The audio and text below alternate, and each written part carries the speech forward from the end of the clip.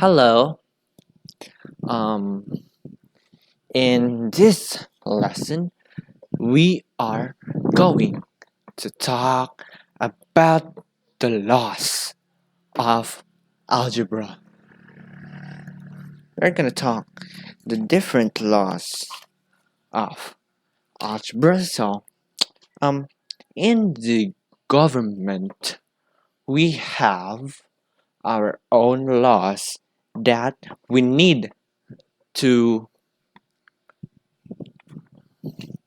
that we need to keep in mind. And in algebra, we also have that. So we have five different laws. But before we do that, let's have a little bit of a review.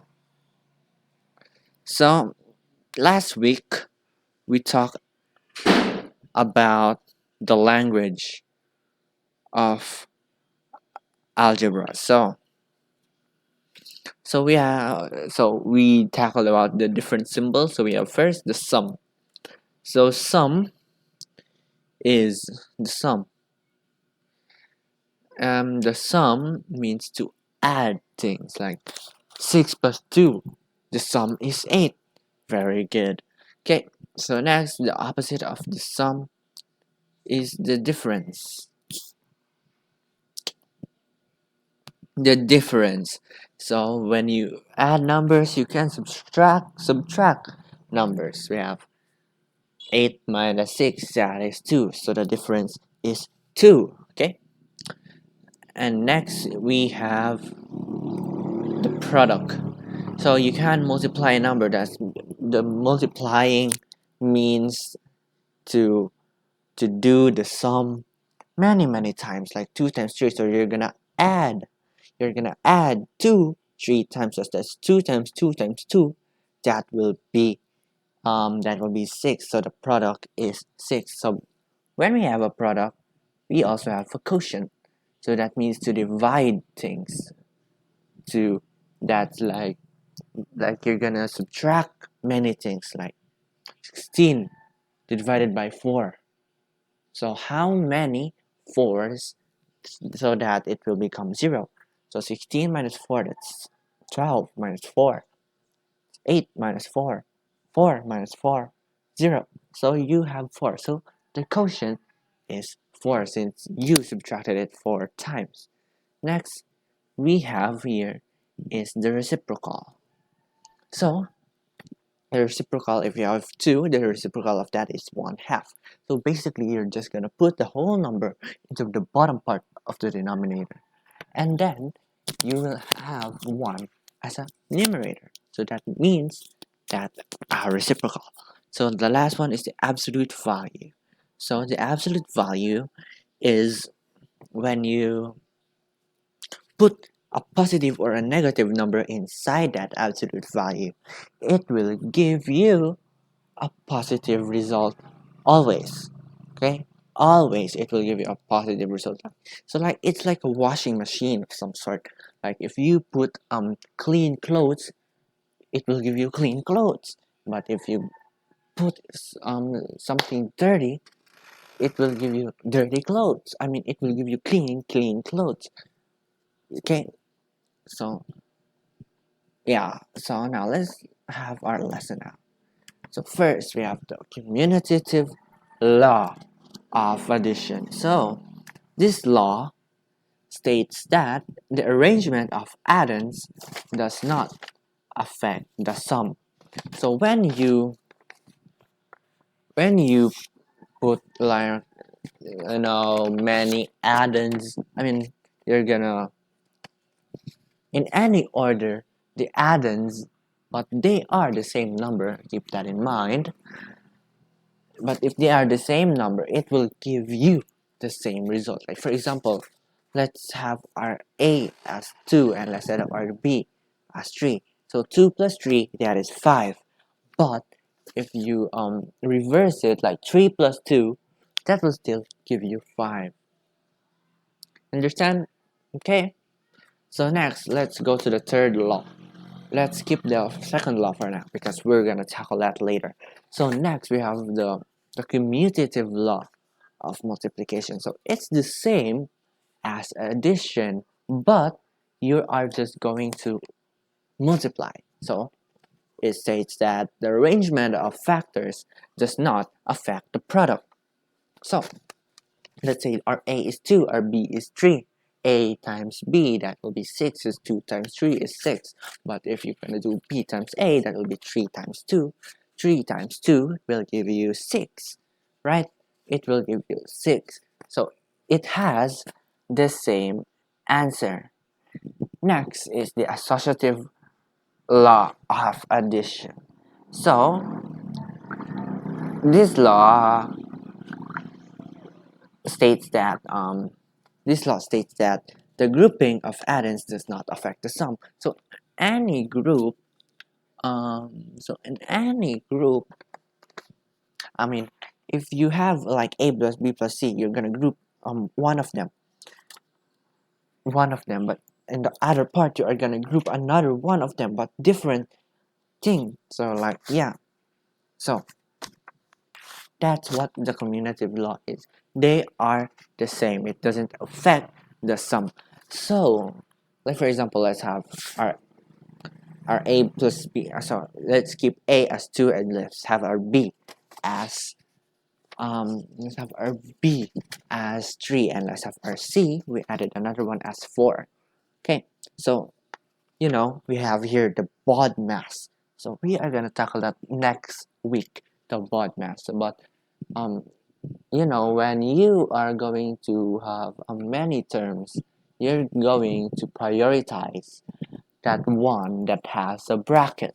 So let's say 2 plus 3 plus 4, but the 3 and 4 is on a bracket. So 3 plus 4, that will give you 7. Then outside that is 2, so that will give you 9. Okay, but on the other half, like A plus B plus C, but the A and B are on a bracket, so that means A plus B, that was 5, plus C, that's 4, and that will still give you 9. Okay, so the next law is the associative law of multiplication. So this law states that the grouping of factors does not affect the sum. It does not affect the sum. So this law is the same as the associative law of addition, but you are going to use the multiplication symbol. So let's have the same number. So 3 times 4, that's B times C, that will give you 12, times 2, that will give you 24. You see the pattern here? So, but if you're gonna multiply first 2 and 3, that will give you 6, and multiply 4 by it. So 6 plus 6 plus 6 plus 6, that will give you 24. The same, right? So it's the same. So the last law we have is the distributive law. So this law says that adding numbers and then multiplying them yields the same results. Adding numbers and multiplying them yields the same results as multiplying the numbers and then adding them. So basically, you're gonna multiply A to.